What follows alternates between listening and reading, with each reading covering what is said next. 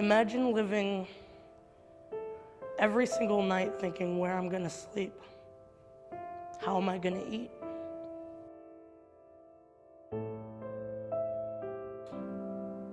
Everything builds up and it weighs you down. It's heartbreaking. There's nothing worse than no hope, feeling like nobody cares.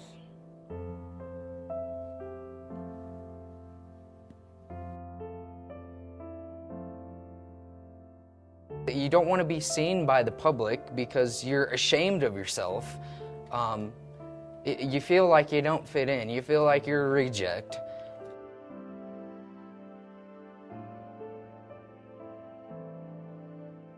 It's hard for being a woman because of the fact that there's not a lot of places that women can go, even though you're on the street. You gotta watch where you're going and who you're with, and sometimes you gotta be alone. But there's some pretty crazy people out there. I've had people follow me from blocks to blocks to blocks, and sometimes a couple times I've had to call the police. You can get stabbed, killed, hit by a car. Last time I slept in the snow was about last year. I slept behind a trash can, and luckily there was no snow there.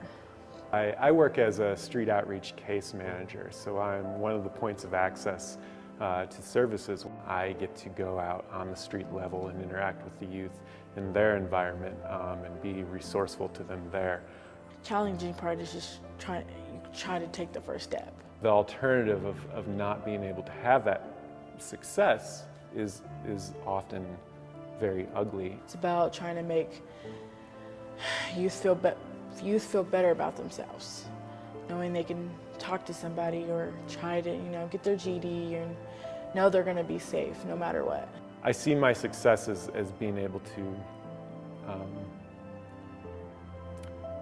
really have young people look at what options they have and really being able to work with that in as safe a manner as they can. There's a lot of people that help you. There's counselors, there's GED teachers. I got my GED through them.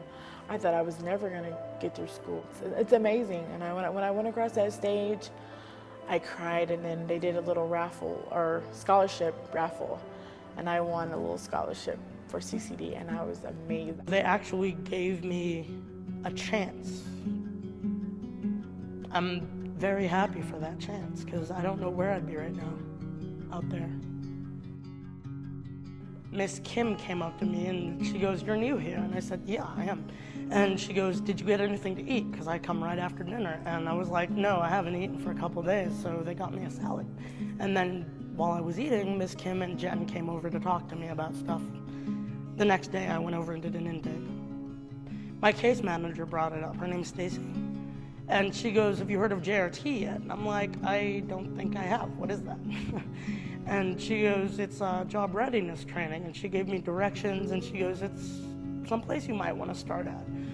It's a very thorough program, 4 weeks, and the program is geared towards building upon our students' skills in order to make them more employable. They help you with whatever you need help with. You say, "I want to go to school," they're like, "Okay, let's do this." And they help you. It's like one after the other. Just dominoes keep falling down. All these barriers that you thought you couldn't surpass are now falling at your feet.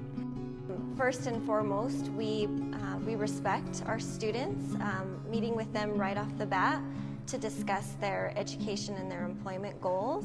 I don't want to live a life where I'm scrounging around on the sidewalks looking for money for cigarettes or food or just anything. I want to live a happy, successful life. The first step to getting anything done is telling yourself that you can do it. And that will give you the advantage. Having your own apartment, having people that support you.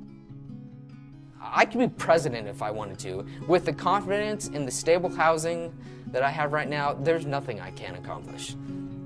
We help build them up in some ways to help them develop those skills so they feel empowered, so they feel like that they can live on their own, that they can do these things. As far as Rocky Mountain and Tom, I have to give him big props because I don't know where I would be without his encouragement.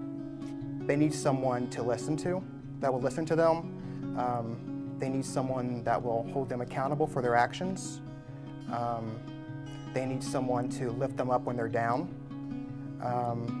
They need someone to give them a high five or a handshake when they've done something well. It's like you're refreshed. It's like all you can think of is the positive because that's all you can see from that day. I'm not saying it's all going to be positive, but that's a heck of a way to start getting your own place. The stuff that these young people have gone through, from moments they can't even remember to yesterday, and to be able to do the things that they need to do and the things that are expected of them to do, it is profound. It's my dream to be something bigger and better than I want to go to school. That's my main thing. We're not only helping to guide and support our students, but they're teaching us things on a daily basis. So. There's no greater feeling on the planet than knowing that you're not homeless anymore. So Urban Peak, being able to be there and to have somebody who has patience and longevity in young people's lives, to give them representations of positive outcomes in their lives, or give them a sense that they can go to places that they heretofore thought were unobtainable, is absolutely essential.